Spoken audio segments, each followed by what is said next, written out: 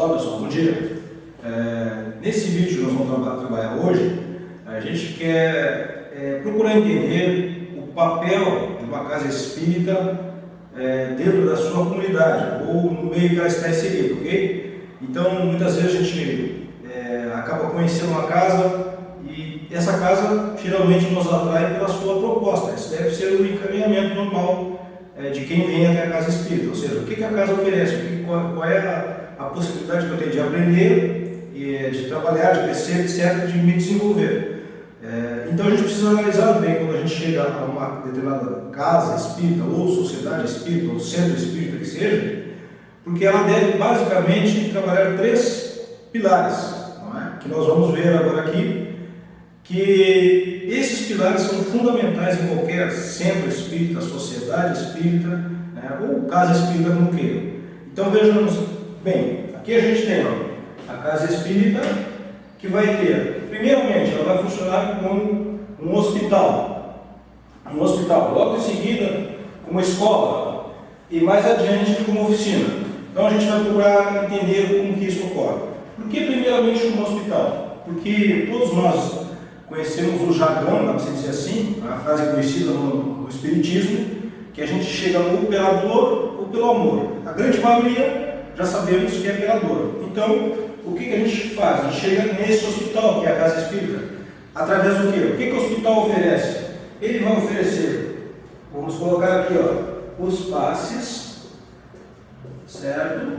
Ele vai oferecer atendimento fraterno, e ele poderá ainda oferecer a questão da desobsessão, não é? Desobsessão, certo? Ok. Então, basicamente, nesse hospital se oferece isso. A pessoa está desarmonizada, vai estar bem, está com dificuldades, ela recebe passes, passa pela terapia dos passes. Com problemas maiores, ela vai para o atendimento fraterno. E problemas mais profundos, e aí são problemas psíquicos, não é? Ela é encaminhada para sessões de desobsessão, seja à distância ou seja presencial, como algumas casas têm. Bom, a partir daí, recuperada essa pessoa através daqui, onde ela foi recuperada, ela está bem, ela passa a estar mais equilibrada em condições, o que acontece? Ela vai vir para onde? Vamos fazer aqui do hospital, vem para a escola. O que vai acontecer nessa escola? O que ela vai aprender nessa escola? Ela vai ter o estudo da doutrina, não é? O estudo das obras básicas de Allan Kardec, O.B. Allan Kardec. Então aqui ela tem o estudo, o aprendizado, os diversos grupos de estudos, né? Introdutórios da doutrina e depois os grupos de estudos da própria doutrina básica, das obras básicas, e também o estudo da mediunidade, que é importante. Mediunidade, olha só. Por quê? Porque muitas vezes essas questões aqui que estavam afligindo essa pessoa são questões mediúnicas. Então, ela, à medida que reequilibrada, redirecionada, reharmonizada, vamos dizer assim, ela vem aprender, vem estudar, e passa também a poder, logo em seguida, estudar a mediunidade. Ok, por que é oficina? A partir da escola, por que é oficina? O que faz uma oficina? O que é considerado oficina? Oficina, nós vamos colocar aqui, ó, vamos sair da escola e vamos para a oficina. O que vai acontecer nessa oficina?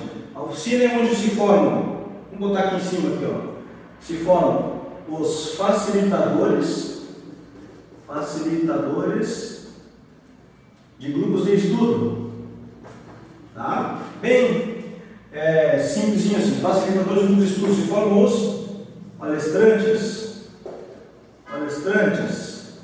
se formam os dirigentes, os novos dirigentes que irão trabalhar na casa.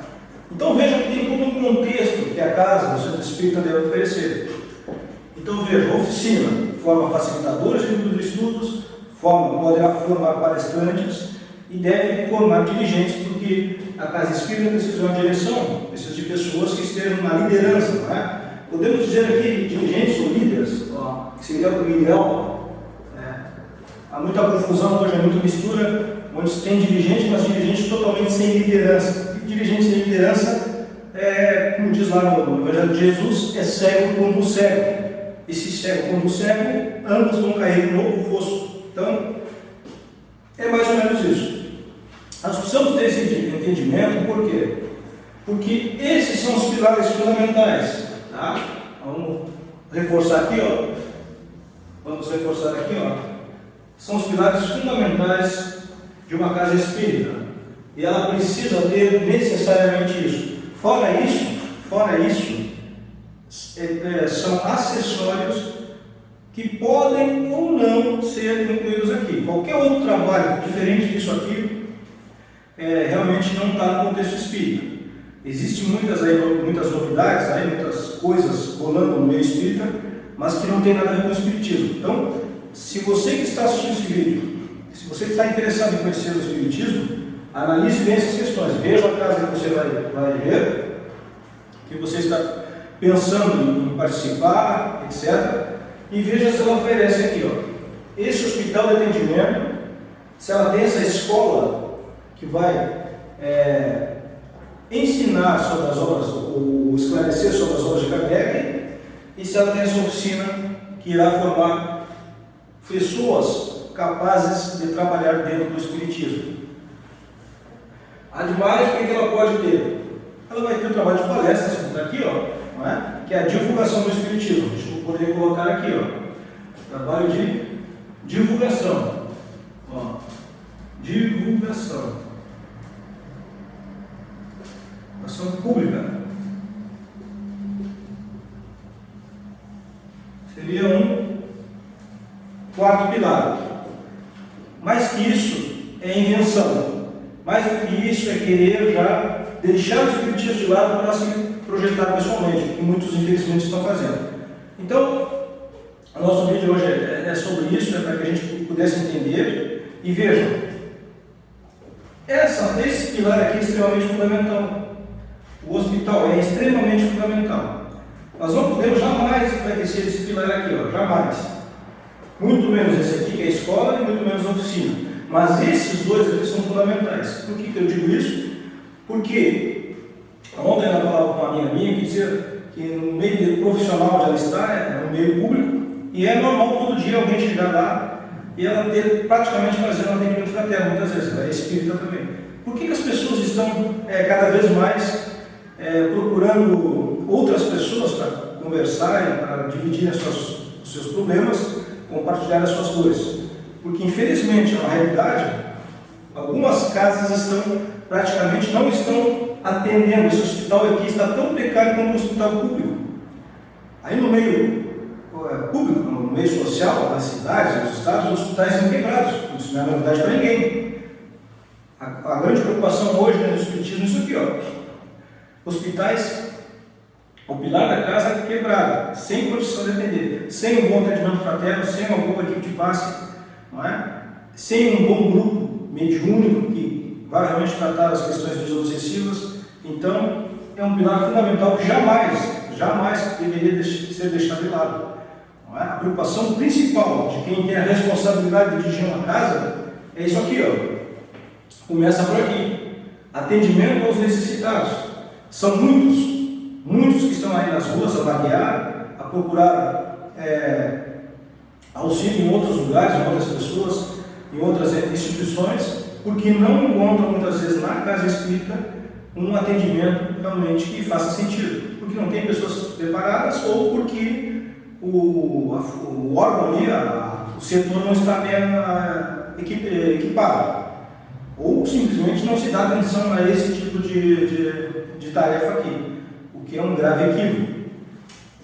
Aqui na escola, aqui é preciso estar atento, porque vai encontrando, nós vamos ter os facilitadores, e essa pessoa aqui que é facilitadora, vou botar aqui, ó, a escola, o facilitador, vou botar com um F bem grande aqui, ó, é uma pessoa que tem que ter realmente conhecimento da doutrina, tem que estar embasado na doutrina, tem que estar identificado com o espiritismo, para que ele possa compartilhar aquilo que ele sabe dentro das obras de Kardec com os demais, com aqueles que estão chegando, e propiciar a essas pessoas também que possam fazer as suas reflexões, que possam trazer os seus conceitos e alinhá-los com o que a doutrina espírita oferece e esclarece acima de tudo.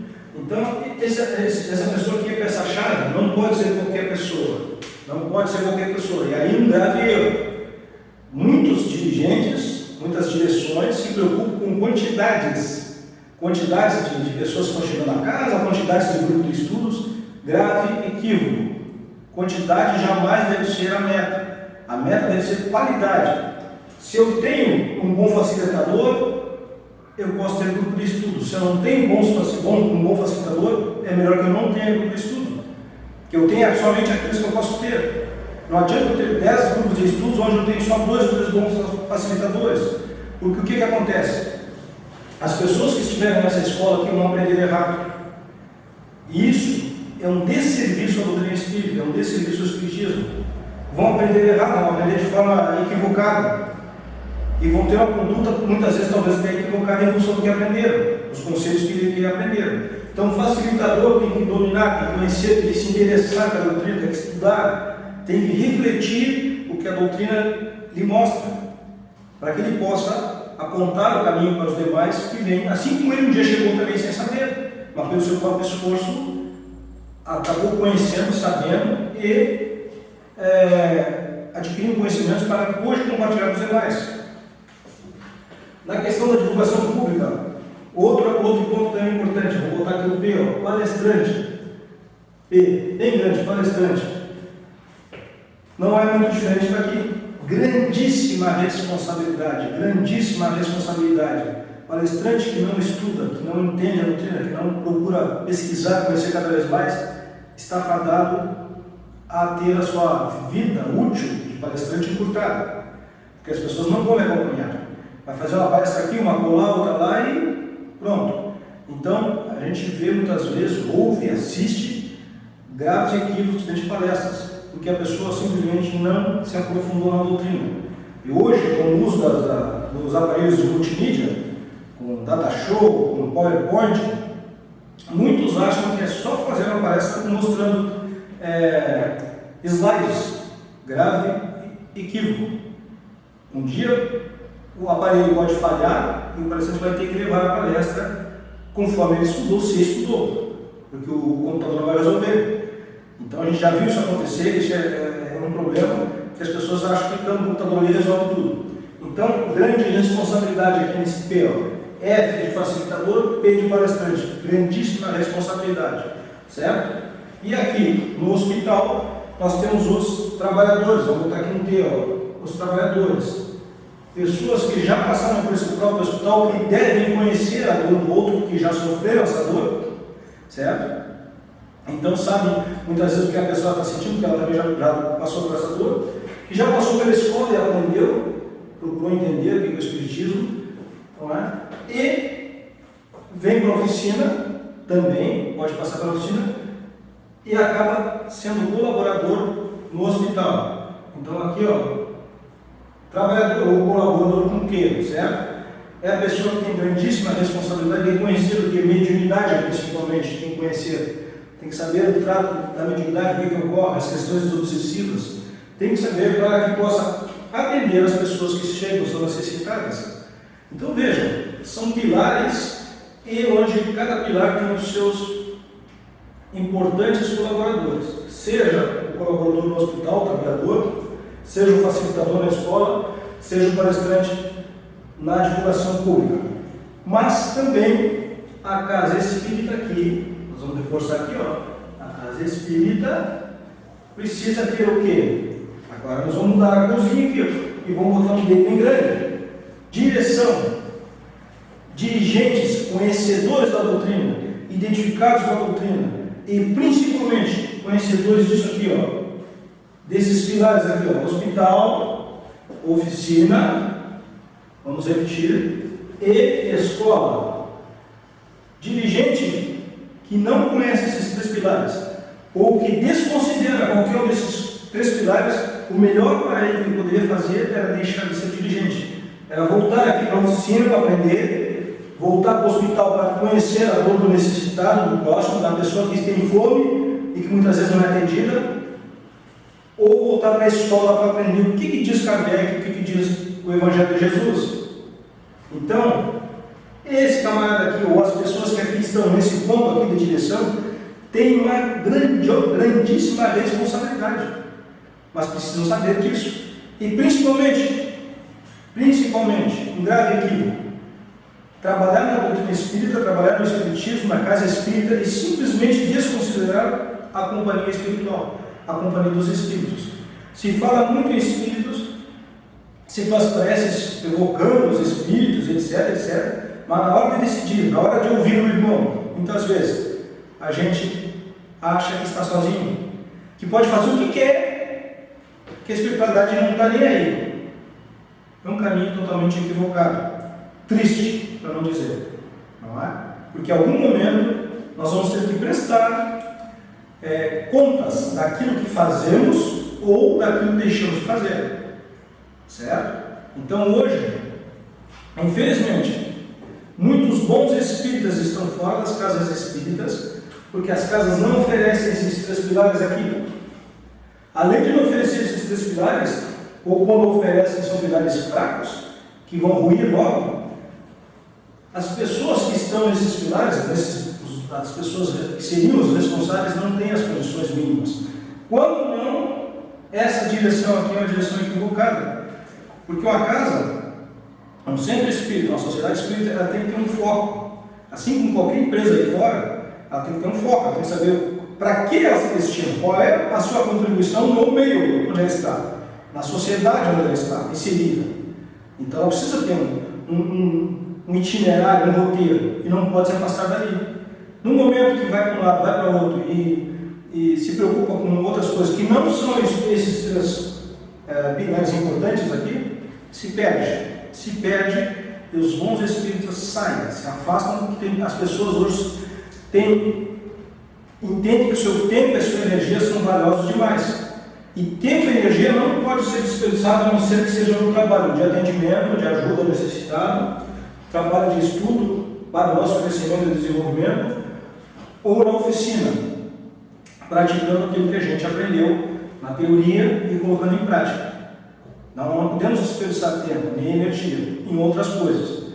Agora, as consciências fora da matéria sabem muito bem como conduzir aqui, dirigentes, facilitadores ou palestrantes, quando eles se deixam incentivar, se deixam levar pela sua vaidade e pelo seu ego. Aí, as afinidades de consciências fora da matéria acabam vindo e direcionando para outros assuntos, outros temas que não têm nada a ver com o espiritismo.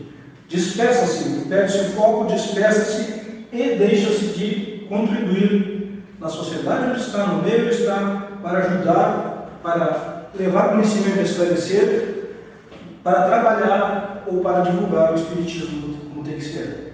Então, muitos de nós devemos, na verdade, fazer uma reflexão sobre isso, voltar às obras de Kardec e ver lá se o que nós estamos fazendo hoje realmente era aquilo que Kardec preconizava. Se o que nós estamos fazendo e o modo como nós estamos nos comportando hoje, se é exatamente como Jesus nos exemplificou há mais de 2000 anos. Ok? Então, finalizamos o nosso vídeo aqui com essa reflexão. Kardec e Jesus. Nós estamos alinhados? Um grande abraço e até o próximo vídeo.